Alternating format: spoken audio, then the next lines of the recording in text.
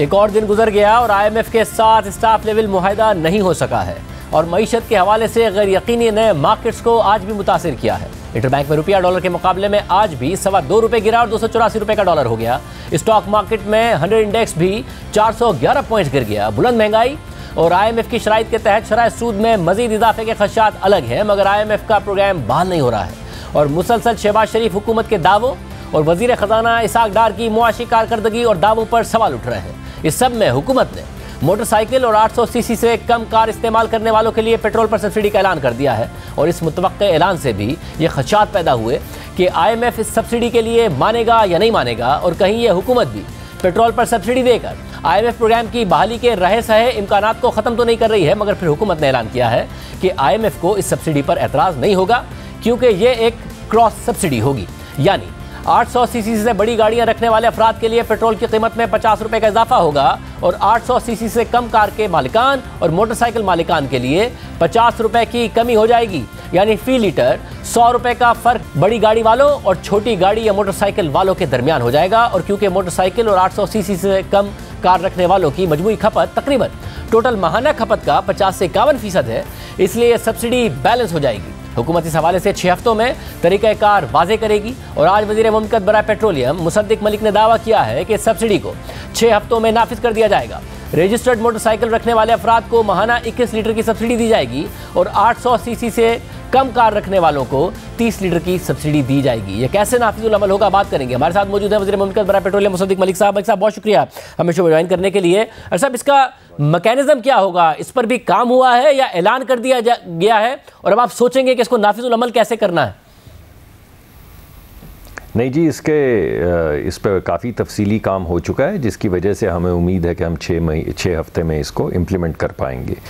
इसमें 3 बुनियादी प्रोसेसेस होंगे। पहला प्रोसेस तो होगा कि पैसे इकट्ठे करने का, जैसा कि आपने बताया इब्तदाइये में, इसमें कोई सब्सिडी नहीं है। तो सब्सिडी हम इस वजह से लफ्ज़ इस्तेमाल कर रहे हैं कि हम यूज़ टू हो गए हैं उससे, वरना होगा ये कि हम अमीर से ज़्यादा पैसे लेंगे जैसा आपने बताया और वो पैसे ही इस्तेमाल कर देंगे गरीब के लिए। 50% से ज़्यादा लोग, तकरीबन बाय वॉल्यूम लोग ज़्यादा पैसे देंगे, तो 50% बाय वॉल्यूम जो लोग हैं उनकी कीमत कम कर दी जाएगी। इसमें जो प्रोसेस है वो ये कि पहले तो हमने पैसे इकट्ठे करने हैं। सो फॉर एग्जांपल, अगर 300 रुपए पेट्रोल की कीमत है तो पेट्रोल की कीमत 350 रुपए अनाउंस कर दी जाएगी, जिससे 50 रुपए इजाफी हो जाएंगे।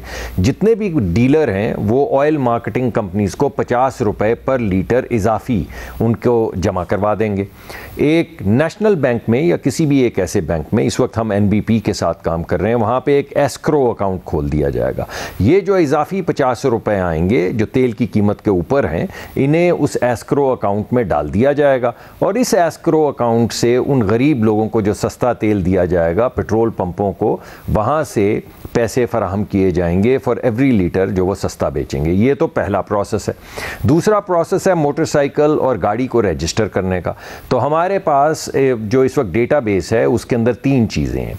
हमारे पास CNIC, हमारा जो ID कार्ड होता है, CNIC का नंबर है, शख्स का नाम है, और मोटर कार रजिस्ट्रेशन का जो डेटाबेस है उसमें मोटर गाड़ी या वो जो मोटरसाइकिल है उसकी रजिस्ट्रेशन मौजूद है।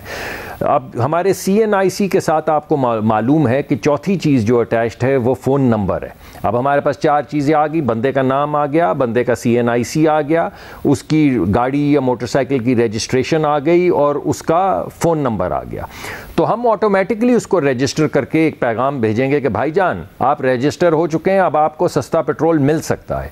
अगले दिन वो सुबह जाएंगे और बिल्कुल जैसे ये जैज़ कैश होता है या वो वो सस्ता वो जो भी पैसा ट्रांसफ़र करने की मुख्तलिफ स्कीमें हैं, या ये जो बैंकिंग सेक्टर के अंदर आप ट्रांजैक्शंस करते हैं, बिल्कुल उस तरह आपके पास अगर 300 रुपए वाला भी फ़ोन होगा तो आप उसके अंदर अपना ID कार्ड नंबर डालेंगे, वो आपको 1 टाइम पासवर्ड भेज देंगे, OTP जिसे कहते हैं।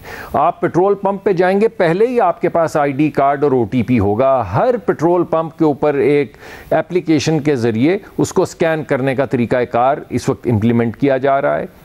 आपका आईडी कार्ड और वन टाइम पासवर्ड डाला जाएगा तो वो बता देगा कि भाई मुसद्दिक मलिक साहब जो हैं ये 21 लीटर का इनके पास गुंजाइश थी, उसमें से ये 11 लीटर इस्तेमाल कर चुके हैं और 10 लीटर रह गए। तो मैं वो कहूँगा वहाँ पे जाके, अगर मैं मुस्तहिक हूँ, अगर मेरे पास मोटरसाइकिल है तो मैं कहूँगा कि भाई मुझे 2 या 3 लीटर दे दें। एक वक्त में 2-3 लीटर से ज़्यादा आपको नहीं पेट्रोल मिलेगा, वरना फिर एक ब्लैक मार्केट क्रिएट हो जाएगी। अगर महाना 21 लीटर है तो एक वक्त में की आप लिमिट लगा रहे हैं कि 24 घंटे के अंदर आप कितना ले सकते हैं। वो गाड़ी 800 सीसी से कम की गाड़ी के लिए भी होगा? 2 से 3 लीटर जी। और 800 सीसी से कम गाड़ी जो है जिसको, तो ये मैं आपको बताता हूँ कि 21 लीटर किधर से आया। हमने पूरा डेटा एनालाइज किया और गरीब लोग जो हैं वो माहाना 21 लीटर इस्तेमाल ऑन एवरेज कर रहे हैं, जिसका मतलब ये है कि 100% उनका जो पेट्रोल है उसको कम कीमत पे 100 रुपये सस्ता उनको दिया जाएगा। जो 800 सीसी वाली गाड़ी है उसकी टैंकी 30 लीटर की होती है, और एक दरमियाने लोअर मिडिल क्लास या लोअर क्लास का शख्स जिसके पास एक पुरानी 800 सीसी गाड़ी है वो तकरीबन 3 टैंक इस्तेमाल करता है एवरेज महीने में। तो उनको एक टैंक के ऊपर यानी 30 लीटर के ऊपर सस्ता पेट्रोल दिया जाएगा। इससे आपको अंदाजा हो गया कि हमने गाड़ी वाले को सहूलत दी 1/3 पेट्रोल पे और मोटरसाइकिल वाले को सहूलत दी 100% पेट्रोल पे। यानी जैसे आप, अगर आप ज़्यादा गरीब हैं तो आपको ज़्यादा सब्सिडी दी जा रही है, और अगर आप थोड़े से यानी कम से कम पैसे जोड़ के कमेटी डाल के एक पुरानी गाड़ी खरीद भी लेते हैं तो आपकी सब्सिडी 1/3 पेट्रोल के ऊपर होगी। मगर ये तरीकाकार है। आप वहां तो ये हो गया। दूसरा मसला अभी तो तकरीबन 50-50 है मामला, मगर अगर उसके बाद अगर मोटरसाइकिल पे कंजम्पशन बढ़ जाती है, वो 60% पे चली जाती है, तो क्रॉस सब्सिडाइज आप करेंगे कैसे? फिर आप इसको मॉनिटर करेंगे, उन लोगों के लिए और कीमत बढ़ा देंगे जो कि 1000 सीसी और उससे ऊपर की गाड़ियां इस्तेमाल करते हैं? देखिए, इससे कई चीज़ें होंगी। इससे एक तो ये होगा कि हर मोटरसाइकिल वाले की ख्वाहिश ये होगी कि मेरे पास 21 लीटर हैं तो मैं 21 लीटर से ज़्यादा ना इस्तेमाल करूं, क्योंकि यही एवरेज है। अगर 21 लीटर से ज़्यादा इस्तेमाल करूंगा तो पूरी कीमत देनी पड़ेगी। तो एक तो कॉस्ट कंटेनमेंट, यूटिलाइजेशन कंट्रोल का जो मैकेनिज़्म हम जिसको को इंश्योरेंस या को पेमेंट कहते हैं, वो इसके अंदर ऑलरेडी एम्बेडेड है। यानी जब आदमी जाता है तो उसके जहन में यह है, यार मेरे पास 1 महीना है और 21 लीटर सस्ता पेट्रोल है तो मैं 21 लीटर ही चलाऊँ, इससे ज़्यादा ना चलाऊं, वरना पूरी कीमत 100 रुपए इजाफी देनी पड़ेगी। यानी जो एवरेज कीमत 300 होनी चाहिए थी उससे भी 50 ज़्यादा देनी पड़ेगी, तो वो नहीं करेगा। दूसरी बात यह है कि हम ये चाहते हैं कि लोग बड़ी गाड़ियां छोड़ के छोटी गाड़ियों को ऊपर आएं, जिनकी अंदर पेट्रोल भी कम खर्च होता है, एनवायरनमेंट भी कम डैमेज होती है।